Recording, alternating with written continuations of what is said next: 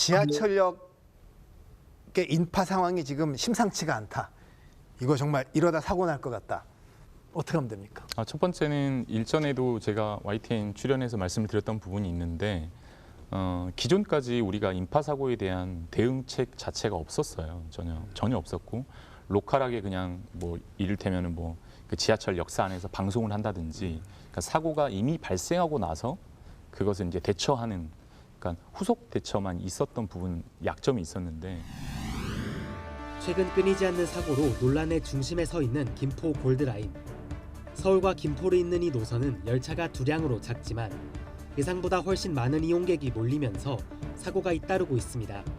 유형별로 살펴보면 호흡곤란 사고와 의식이름 사고가 각각 5건씩이었고 전동차 안 압박이 심해 사람이 다친 경우 역시 2건 들어있었습니다. 최근 정부와 서울시가 긴급 회동까지 열며 부랴부랴 대책을 내놓긴 했지만 시민들 반응은 냉담합니다. 서울 지하철 5호선 조기 추진 등 긴 호흡의 대안을 함께 마련해야 한다는 지적이 나옵니다.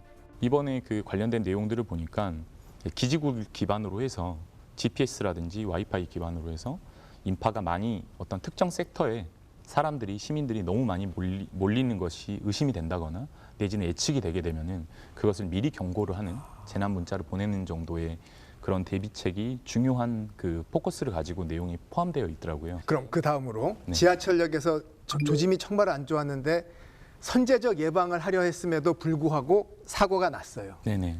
이제 피해가 발생했습니다. 이제 어떻게 해요?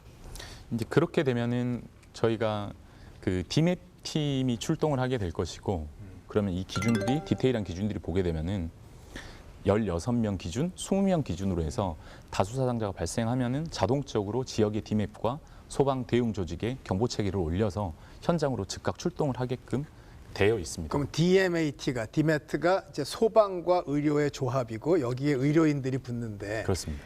이 팀은 특전사처럼 상설 조직입니까? 아니면 예비군처럼 이렇게 의료 인력을 링크를 해놨다가 그때그때 소집합니까? 그러니까 평소에는 특별 조직이면 안 됩니다. 왜냐하면은 그것만 해야 되니까. 왜냐하면은 그러니까 현장에서 디맵 TV 출동해서 하는 것은 굉장히 신속하게 사상자에 대한 중증도 분류를 해야 되는데요. 환자 한 명을 분류할 때 30초 이내에 해야 됩니다. 그러니까 30초 이내에 뭘 분류하는 거냐면 환자가 100명이 있는데 그렇죠. 의료진은 10명밖에 없는 것인데 이 중에서 그러면 우리가 가지고 있는 한정적인 자원을 이용해서 어떤 사람을 살릴 것인가 하는 판단을 빨리 해줘야 환자를 병원으로 이송하는 그 중증도도 나눌 수 있는 것이고 또 한정적인 현장에 그 응급의료 처치소, 응급의료소에서 누구를 먼저 치료할 것인가 하는 우선순위를 정할 수 있게 되거든요. 그렇게 말씀을 듣고 보면 디메트가 사실은 정말 분류해서 상황 조치에 가닥을 잡아주는 건데 그렇습니다. 사람들 입장에서는 의료진이 왔으니까 야전병원 왔다고 생각하고 살려달라고 할 거잖아요. 네네. 막 살려달라고 하는데 분류를 한다. 더구나 가능성이 낮다고 분류를 했다. 네.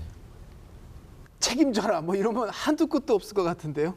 그렇죠. 이제 교수님께서 말씀하시는 부분이 이번 이태원 참사에서도 꼭 말씀드리기 너무 어려워요, 이게. 왜냐하면은 이것은 냉정하게 말씀드리면 이태원 사고에서도 우리가 경이로웠죠. 그러니까 100명이 넘는 심정지 환자가 발생했고 모든 구급대원들이 그 심정지 환자에게 시민들과 함께 가슴을 누르는 심폐소생술을 했고요. 이것은 정말로 그 영화에서도 볼 수 없었고 너무나 참혹했지만 영웅 같은 그런 모습으로 언론에 비추어졌는데요. 이 말씀은 꼭 드려야 될 것 같아요. 그것은 오히려 재난이라는 이런 그 수요가 자원을 압도하는 재난 상황에서 정말 살려야 되는 환자에 대해서 집중하지 못하게 하는 그런 페이크 하이라이트라고 표현을 하거든요. 그러니까 잘못된 포커싱인 거죠. 자원을 투입하면 안 됩니다. 그런데 우리의 현재 대한민국의 상황은 언론도 마찬가지고 또 국민 전반적인 정서도 마찬가지고 당연히 다 살려야 되는 거 아니냐 이렇게 말씀을 하시거든요. 네 자식이면 두 개냐. 그렇죠. 하지만 그때 당시에 이태원 사고 참사 때 33명에서 35명의 정말 중환자가 있었습니다. 적색 분류된 환자들인데요. 이 환자들은 지금 한 가닥 호흡을 하고 있는 것이죠. 근데 과연 그 환자들에게 우리가 얼마만큼 더 현장에서 나은 응급의료, 나은 재난의료를 제공했는가를 생각을 해보면 아쉬운 부분이 있는 것이죠. 근데 우리나라는 이렇게 기관의 역량을 넘어서고 복잡한 일이 생기면 다 대통령실을 쳐다봐요. 그래서 대통령실이 또 책임을 뒤집어 쓰기도 하는데 문제는 그럴수록에 사전에 훈련을 해서 좀 합을 맞춰보면 문제도 발견하고 이런 걸 사전에 준비할 수 있는데 훈련을 어떻게 하나요, 앞으로? 국가에서 사실요 생각보다요 재난과 관련해서 많은 훈련을 수행을 하고 있습니다. 특히 이제 개별 법령들에 의해서 각각의 공공기관들이 하고 있는 개별적인 훈련, 자체적인 훈련이라고 얘기를 하고요.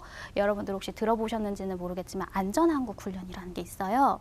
그건 도상 연습인가요? 실제로도 하나요? 실제로 하는 겁니다. 그리고 상시 훈련이 있는데 특히 이 안전한국 훈련이 우리나라에서 재난과 관련된 훈련 중에 가장 좀 크게 행안부에서 총괄을 해가지고 하는 훈련 중에 하나예요. 그래서 여기는 중앙부처, 지자체, 그리고 행정기관, 그리고 공공기관들이 다 함께 참여를 해서 하는 훈련입니다. 그 재난 대응. 재난 대응과 네. 관련된 훈련이고요. 훈련은 총 한 3회 정도 1년에 이제 하고 있어요.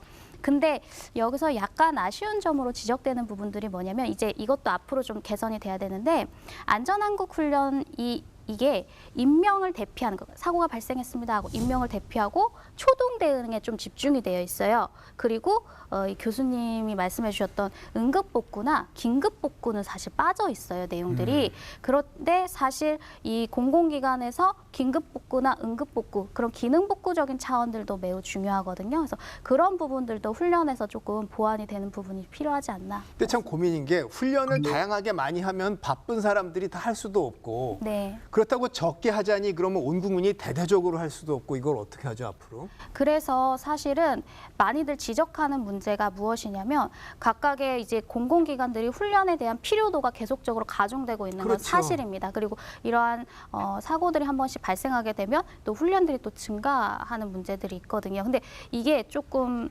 구조적인 문제도 있어요. 뭐냐면 이 주관기관이 아니고 참여기관으로 참여를 했던 기관들은 다시 내가 주관으로 만들어서 또 안전훈련을 해야 하는 문제들이 있는 거예요. 그러니까 그런 것들도 좀 정책적으로 전반적으로 하나만 할 수 있도록 하는 그런 기재들도 그거야말로 대통령실이 좀 교통정리를 해줘야 되겠군요. 그런 게 좀 필요할 것 같습니다.